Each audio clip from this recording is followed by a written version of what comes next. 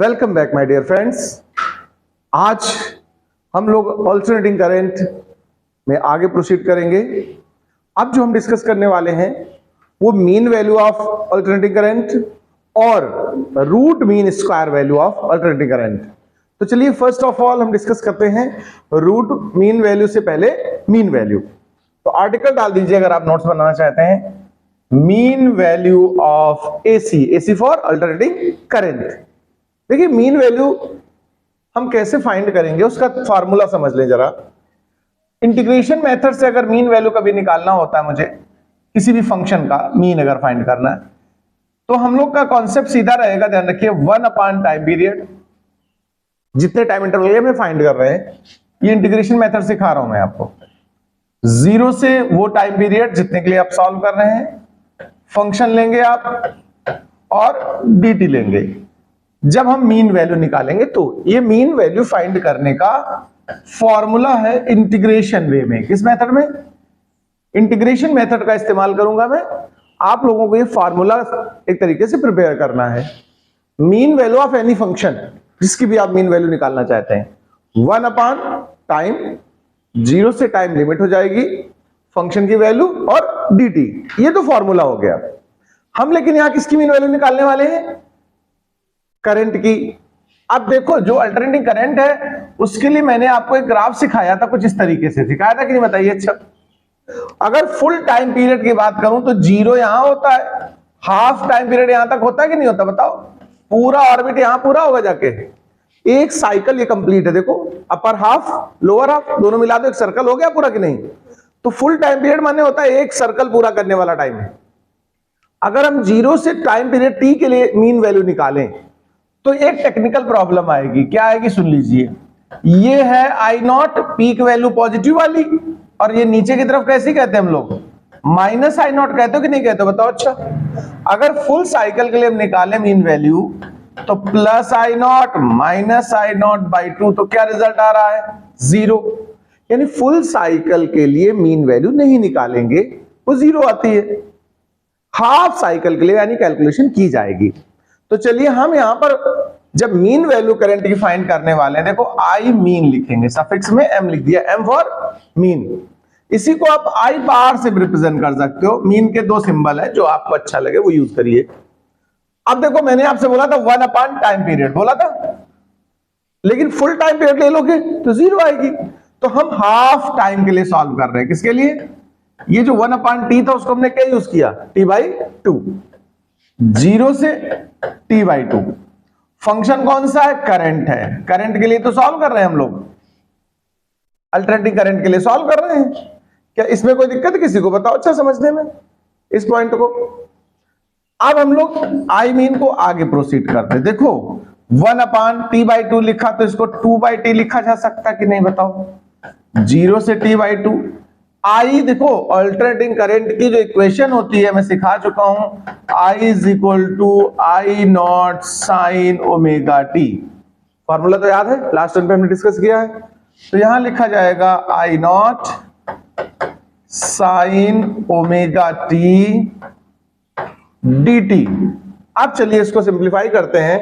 तो I0 तो बाहर निकल आएगा। अच्छा सुनो, ये फार्मूला पढ़ा है, ω = 2π/t, पढ़ा कि नहीं पढ़ा आप लोगों ने? तो चलिए इस वैल्यू को हम यहां पुट करेंगे। तो I मीन = 2/t है t, और t को क्या लिख सकते हो देखो जरा यहां से, 2π/ω लिखा जा सकता कि नहीं बताओ? तो t को हम पुट कर दे रहे हैं 2π/ω, 2π/ω। तो ओमेगा यहां आ जाएगा। 0 से t/2, तो t को लिखा मैंने 2π/ω और /2 पहले से है, और I0 sin ωt dt। बहुत आराम से समझना, कोई जल्दीबाजी नहीं है, अभी तो वैल्यू सिंप्लीफाई कर रहे हैं हम लोग। तो आई मीन देखिए जरा भैया लोगों, 2 से 2 ये कैंसिल हो गया, ये बना ω/π। 0 से π/ω, I0 sin ωt। इंटीग्रेशन करना है मुझे, ध्यान रखना। I0 क्या होती है? Peak value. क्या होती है? Peak value of current. Okay, peak values ध्यान रखिएगा मैक्सिमा होती है, मैक्सिमा मतलब कांस्टेंट होती हैं। तो इस I0 को हम इंटीग्रेशन से बाहर निकाल देंगे। Omega by pi, I not integration से बाहर हो जाएगा, फिर integration pi by omega sine omega T D T. अच्छा सुनो, साइन का डिफरेंशिएशन कॉस होता है और कॉस का डिफरेंशिएशन माइनस साइन, तो फिर माइनस साइन का इंटीग्रेशन कॉस होना चाहिए और प्लस साइन का माइनस कॉस। ये तो जानते होगे आप लोग, फार्मूला तो तुम्हें याद ही होगा, बट हम बता दे रहे हैं। अगर कभी साइन थीटा का निकालते हैं हम लोग इंटीग्रेशन, तो ध्यान रखिएगा माइनस का कॉस थीटा होता है इंटीग्रेशन में। अच्छा, अगर थीटा में कोई मल्टीप्लायर दिया हुआ, कोई कांस्टेंट मल्टीप्लाई में लिखा है, डिफरेंशिएशन में प्रोडक्ट में आता है। देखो अगर डिफरेंशिएशन करते हैं तो ओमेगा प्रोडक्ट में आता है, और जैसे इंटीग्रेशन अगर कर रहे हैं, देखो मेरी बात सुनना अच्छे से, अगर आप इंटीग्रेशन कर रहे हो तो ये ओमेगा डिवाइड में चला जाएगा, तो ये हो जाएगा माइनस कॉस ओमेगा टी और बाई ओमेगा। मैं यहां इंटीग्रेशन इसका यूज कर रहा हूं, अगर आपको डाउट हो तो आप पूछिए। यहां इंटीग्रेशन कर दिया तो देखो साइन का हो गया minus cos omega T upon omega, 0 से पाई बाई ओमेगा लिमिट है। अब आप आगे और सिंप्लीफाई करिए, चलिए माइनस को बाहर निकाल लीजिए, omega I naught by pi omega, यहां बचेगा अंदर हमारा कॉस ओमेगा टी, 0 से पाई बाई ओमेगा। अब लिमिट अप्लाई करिए, ये तो कैंसिल हो गया, minus I not upon pi, limit लगाओ पहले तो पाई बाई ओमेगा रख दो, तो टी की प्लेस में पाई बाई ओमेगा आएगा, माइनस फिर टी की प्लेस में 0 रख दो तो कॉस 0 हो जाएगा, ये हो जाएगा माइनस आई नॉट बाई पाई, ये देखो ओमेगा से ओमेगा कैंसिल, तो कितना बनेगा कॉस पाई माइनस कॉस 0। क्या आप लोगों को कॉस पाई यानी 180 की वैल्यू पता है? कॉस 180 की वैल्यू -1 और कॉस 0 की 1, तो 2 बार माइनस माइनस 2 हो गया, ये कैंसिल हो गया, तो क्या आया प्लस का 2 I naught by pi. I mean का फार्मूला समझना जरा, अगर आपसे कभी मीन वैल्यू पूछी जाए अल्टरनेटिंग करंट की तो फार्मूला आएगा 2 आई नॉट अपान पाई। ये लेकिन ध्यान रखने वाली बात है, हाफ साइकिल के लिए होती है, किसके लिए? फुल साइकिल के लिए क्यों नहीं निकाला? क्योंकि वो 0 आ जाती है। अच्छा, इसको थोड़ा और हम लिखना चाहें तो बस पाई की वैल्यू वगैरह पुट करके आप सिंप्लीफाई कर सकते हो 3.14, बट इसकी तमाम जरूरत नहीं है, वो तो जब आप न्यूमेरिकल करोगे तब कर लोगे। अच्छा सुनो, जैसे आई मीन निकाला है, अगर वोल्टेज की पीक वैल्यू मीन वैल्यू निकालनी होती, सेम प्रोसेस, इसलिए हम उसको सॉल्व नहीं करें, डायरेक्ट लिख देंगे similarly we can find V mean. तो वी मीन क्या निकलेगा बताओ? अच्छा 2 वी नॉट अपान पाई नहीं आएगा, बताओ। तो आई मीन और वी मीन की वैल्यूज आपके पास आ गई, नोट कर लीजिए इसको।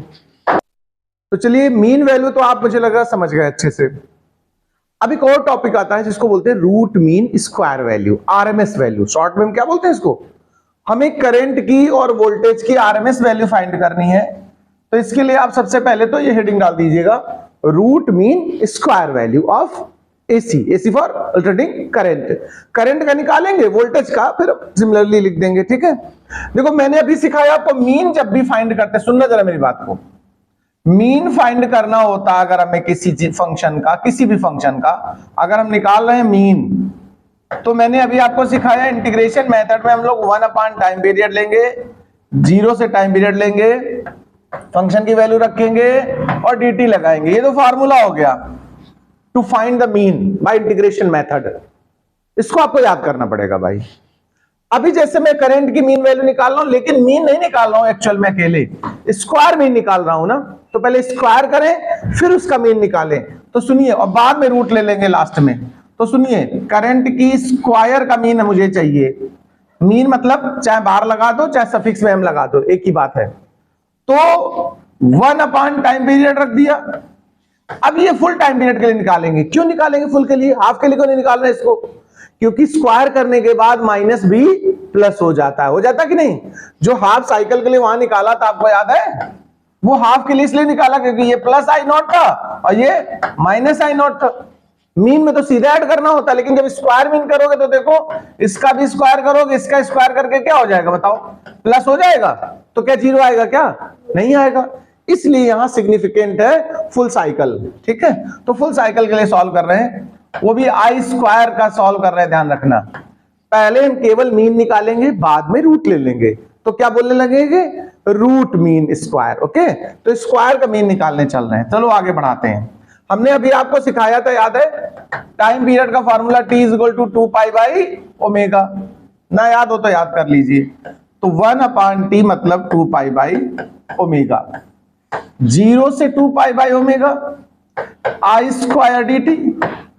अब हम वैल्यू रखते हैं आई की। आपको पता है अल्टरनेटिंग करंट के लिए फॉर्मूला क्या होता है आई का? आई नॉट साइन ओमेगा टी। तो जहां भी आई स्क्वायर है वहां पर इसका स्क्वायर पुट करिए। तो चलिए देखिए आगे का हिस्सा, आई स्क्वायर का मीन सॉल्व हो रहा है, ओमेगा बाई 2 पाई इंटीग्रेशन 0 से 2 pi by omega I not square sine square omega T D T. I not क्या है? Peak value. पीक वैल्यू कैसी होती है? मैक्सिमा मिनिमा, यानी कि कांस्टेंट। तो बाहर निकाल दीजिए इसको। तो omega I not square by 2 पाई 0 से 2 पाई बाई ओमेगा लिमिट है sine square omega T D T. अब बात समस्या फंस रही इसके इंटीग्रेशन की। साइन स्क्वायर का इंटीग्रेशन जो लोग नहीं जानते वो समझ ले, साइन स्क्वायर हो, कॉस स्क्वायर हो या टेन स्क्वायर हो, कभी भी इंटीग्रेशन डायरेक्ट नहीं होता है। साइन स्क्वायर कॉस स्क्वायर के लिए हम कॉस 2 थीटा को यूज करते हैं, और टेन स्क्वायर के लिए 1 plus tan square is equal to sec square वाला फार्मूला यूज किया जाता है। फिलहाल में साइन स्क्वायर का निकालना है, तो आपको जानकारी होनी चाहिए, फार्मूला होता है cos 2 theta is equal to 1 minus 2 sine square theta. सुना कि नहीं सुना? तो यहां से अगर साइन स्क्वायर थीटा निकालेंगे आप तो बनेगा 1 माइनस कॉस 2 थीटा बाई 2। बनेगा कि नहीं बनेगा बताओ? यहां बस थीटा की जगह मेरा क्या चल रहा है? Omega T. तो चलो इसको थोड़ा सिंप्लीफाई करते हैं। आई नॉट स्क्वायर ये बन जाएगा, ये 2 पाई आ जाएगा, इंटीग्रेशन लगा दो, 0 से 2 पाई बाई ओमेगा लिख दो। इसको लिखेंगे 1 माइनस कॉस 2 थीटा, थीटा की जगह क्या है यहाँ? ओमेगा टी, अपान में क्या लिखा? 2 और डी टी। अब इसका इंटीग्रेशन करना है तुम्हें, तो ये दो पार्ट हो जाएंगे कि नहीं बताओ? अच्छा, omega I not square upon 2 पाई। चलो पहले 2 बाहर निकाल दो, यहाँ टोटल कितना हो जाएगा? 4 पाई हो जाएगा, डिवाइड वाला 2 हमने बाहर निकाल दिया इंटीग्रेशन से। और लिमिट, अब इसको इंटीग्रेशन करना हो तो देखो 1 माइनस दिस बचा, 1 का टाइम के रिस्पेक्ट में करोगे तो क्या होगा? Integration T. और कॉस का इंटीग्रेशन होता है साइन, होता है सीधा कि नहीं सीधा बताओ? तो इसका cos 2 ओमेगा टी का जब निकालोगे तो sin 2 ओमेगा टी। और ध्यान रखना जो t यानी वेरिएबल के साथ मल्टीप्लाई में कांस्टेंट होता है वो इंटीग्रेशन करते समय डिवाइड में आता है, और अगर डिफरेंशिएशन करते हैं तो मल्टीप्लाई में आ जाता है। तो इस इंटीग्रेशन को आप अच्छे से समझ लीजिएगा। अगर नहीं समझ में आता है तो कमेंट सेक्शन में लिखिएगा, मैं दोबारा से एक्सप्लेन कर दूंगा पूरा प्रॉपर वे में। अब देखिए 4 पाई हो चुका है, यहां पर लिमिट अप्लाई करिए। तो पहले टी में अप्लाई करिए, तो 2 पाई बाई ओमेगा और फिर माइनस 0, सिर्फ टी पे पहले अप्लाई किया मैंने। फिर यहां पर रखिए साइन पर, तो साइन में जो टी है वहां पर क्या लिखोगे? 2 पाई बाई ओमेगा पहले, तो sine 2 omega multiply by 2 pi by omega upon 2 omega. ये बना रहने दो ऐसे, ये वाला, ये डिवाइड वाला। फिर माइनस माइनस 2 बार करोगे प्लस हो जाएगा, फिर 0 रखोगे यहां पर टी की प्लेस पे तो क्या हो जाएगा? साइन 0। देखो लिमिट अप्लाई किया पहले। अब चलो इसको सिंप्लीफाई करते हैं। Omega I not square by 4 pi 2 pi by omega minus, जरा इसकी वैल्यू देखते हैं। ओमेगा से ओमेगा कैंसिल, ये साइन 4 पाई बना कि नहीं बना बताओ? साइन 4 पाई की वैल्यू पता है किसी को? नहीं पता, कोई बात नहीं। साइन 0 की वैल्यू 0। मैं आपको साइन 4 पाई की वैल्यू समझा देना चाहता हूं, जरा सुनिए।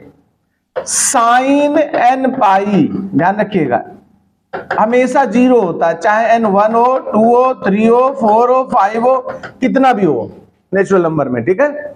साइन 0 की वैल्यू 0, n को 0 रख दो, जैसे साइन पाई मतलब 180, 180 भी 0, फिर 2 रख दो तो 2 पाई मतलब 360, उसकी भी 0, 3 पाई रख दो, 4 पाई रख दो, 7 पाई रख दो, 8 पाई, 10, 15 पाई, 20 पाई, 4 पाई, सब क्या होते हैं 0, तो साइन n पाई 0 हो गया, ठीक है, तो ये हो गया 0, साइन 0 की वैल्यू क्या हो गई 0, ये सब कुल मिला के ये यहां से यहां तक सब पूरा मैटर क्या हो गया 0।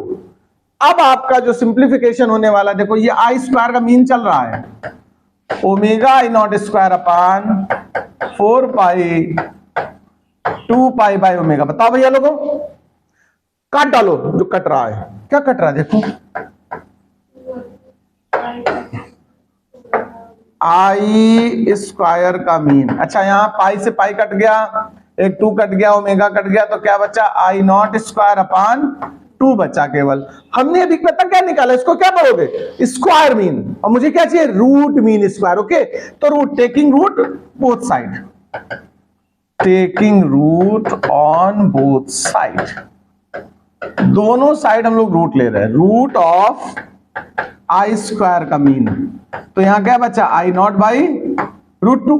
इसको जरा ध्यान से पढ़ के देखो, सबसे पहले रूट लगा के नहीं पढ़ा, बोलो रूट, फिर काय का सिंबल है मीन, फिर काय का सिंबल है स्क्वायर का, तो इसको हम बोल सकते हैं रूट मीन स्क्वायर।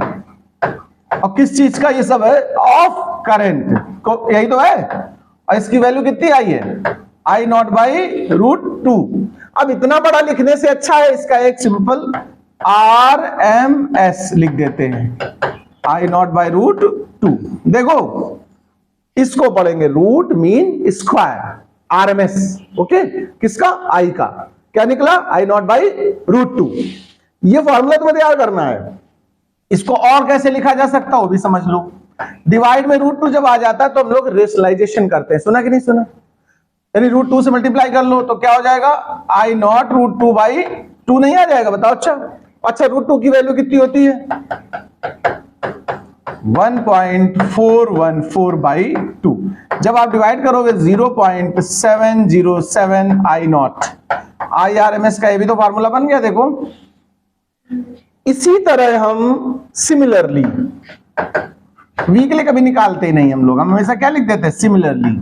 VRMS अगर निकालना हो तो आप क्या कहोगे V नॉट बाई रूट 2, या फिर VRMS is equal to 0.707 V naught. अच्छा ये ध्यान रखना I नॉट V नॉट क्या है यहां पर, peak value of current and peak value of voltage. ये नॉट का मतलब समझना, I नॉट क्या है पीक वैल्यू, मैक्सिमम वैल्यू कुछ भी कह सकते हो, पीक वैल्यू ऑफ करंट, तो V नॉट क्या हो गया बताओ। अच्छा पीक वैल्यू ऑफ वोल्टेज। एक और बात, IRMS VRMS और क्या कहे जाते हैं, तो रूट मीन स्क्वायर तो है ही, इनको वर्चुअल वैल्यू बोलते हैं, क्या बोलते हैं वर्चुअल वैल्यू, इफेक्टिव वैल्यू, ये भी नाम इसी के हैं।